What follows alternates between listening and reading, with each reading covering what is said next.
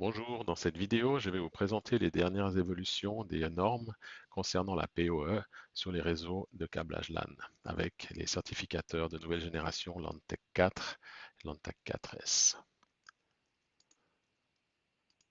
Alors, jusqu'à présent, quand on faisait des mesures de résistance, on mesurait chaque paire en une seule fois. Donc, le fil 1, fil qui va sur le fil 2 était bouclé dans une des machines et on mesurait la résistance totale de la paire avec une limite qui se trouve à 17. Tous les appareils conventionnels font ça. Il n'y a pas de problème jusqu'à là.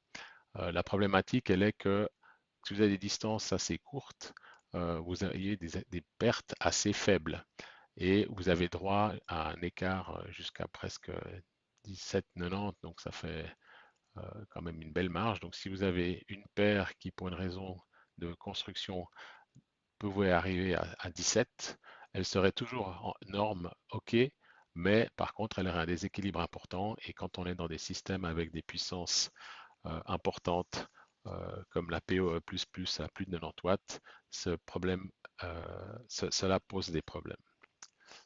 C'est pourquoi on a introduit la mesure dans la norme de la mesure des déséquilibres de résistance euh, dans la paire même, c'est-à-dire le fil 1 et le fil 2. On les mesure chacune indépendamment. Seuls les nouveaux certificateurs de dernière génération peuvent faire ça. Donc chaque paire est mesurée, chaque fil de chaque paire est mesuré indépendamment et on mesure l'écart qu'il y a entre les deux, soit pour ce cas-là 0,1 ohm, comme vous le voyez ici 0,02 ou 0,0, etc. On voit aussi que là, la norme, elle est assez serrée.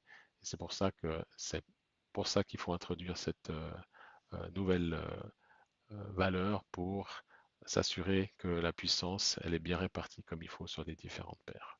Donc ça, c'est sur une paire, fil par fil. Et bien entendu, on peut aussi, de ce fait, calculer le même écart qu'il y a d'une paire par rapport à l'autre pour conserver cet équilibre.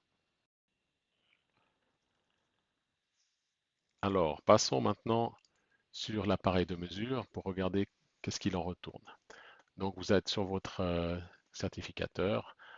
Comme toujours, vous avez donc les valeurs des normes, donc les normes ISO, le type de lien, les valeurs de niveau de l'élément le plus faible, et après, quelle classe de test vous faites. Donc, le certificateur mesure l'ensemble des paramètres et appose des filtres pour lesquels il définit des valeurs seuil OK ou passé ou fail. Donc jusqu'à présent, vous utilisiez principalement celui-ci, PL1, PL2, CP1 pour les liens permanents, ou celui-là si vous deviez passer par un point de consolidation.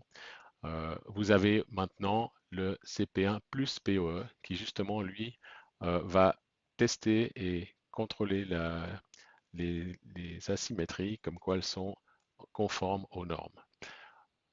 Vous avez aussi le max, celui-là il mesure encore quelques paramètres supplémentaires.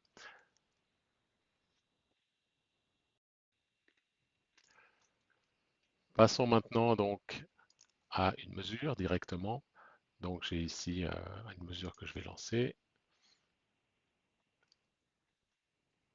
et on va pouvoir vérifier les paramètres de DCRU en allant dans la mesure ici. Donc on va descendre et on voit ici les DCRU par paire, donc d'un fil et de l'autre en comparaison et de paire sur une paire. Et on voit qu'ici les résultats ils sont marqués en vert avec un vu qui dit qu'il a justement contrôlé le niveau et qu'il est conforme. Maintenant, vous allez aussi avoir besoin de faire plus souvent des étalonnages